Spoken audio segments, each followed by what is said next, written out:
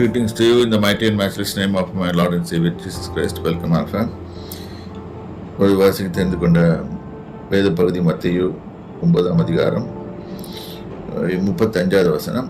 பின்பு இயேசு சகல பட்டணங்களையும் கிராமங்களையும் சுற்றி நடந்து ஜெப ஆலயங்களில் உபதேசித்து ராஜ்யத்தின் சுவிசேஷத்தை பிரசங்கித்து ஜனங்களுக்கு உண்டாயிருந்த சகல வியாதிகளும் சகல நோய்களையும் நீக்கி அவர்களை சுஸ்தமாக்கினார். இந்த வசனத்திலிருந்து எல்லா யாரும் வியாதியாக இருப்பது நல்லது, அவருக்கு பிடிக்காது, அவர் சுகமாக்க தான் விரும்புகிறார், அதனால் சுகமாக்கினார். இதுதான் நம்ம கருத்தில் கொள்ள வேண்டும்.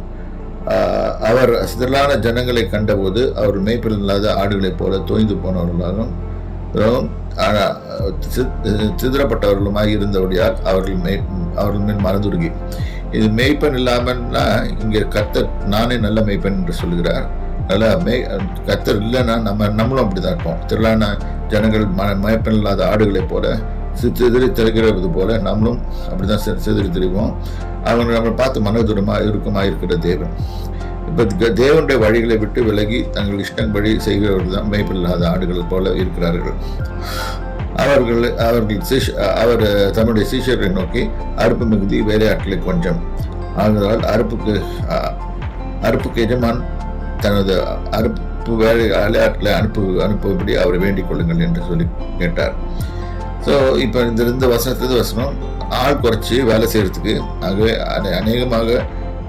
அநேக வேலையாட்களை அனுப்ப வேண்டுமாறு அவர்களுக்கு ஜபிங்கள் என்று கேட்டுக்கொண்டார். இப்போ ஜபம், அதுக்கும் ஒரு ஜபம் வேண்டியது இருக்குது.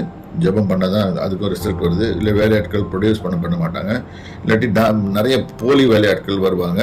அந்த போலி வேலையாட்களை வச்சுட்டு நம்ம தான் கஷ்டப்பட வேண்டும். இந்த வசனத்தை நீங்கள் கருத்துக்கொண்டு ஜாகிரதையாக இருங்க. கர்த்தர் உங்களை ஆசீர்வதிப்பாராக. கர்த்தருடைய இயேசு கிறிஸ்து நாமத்தில் மகிமை உண்டாது. இயேசு நாமத்துக்கு மகிமை உண்டாது.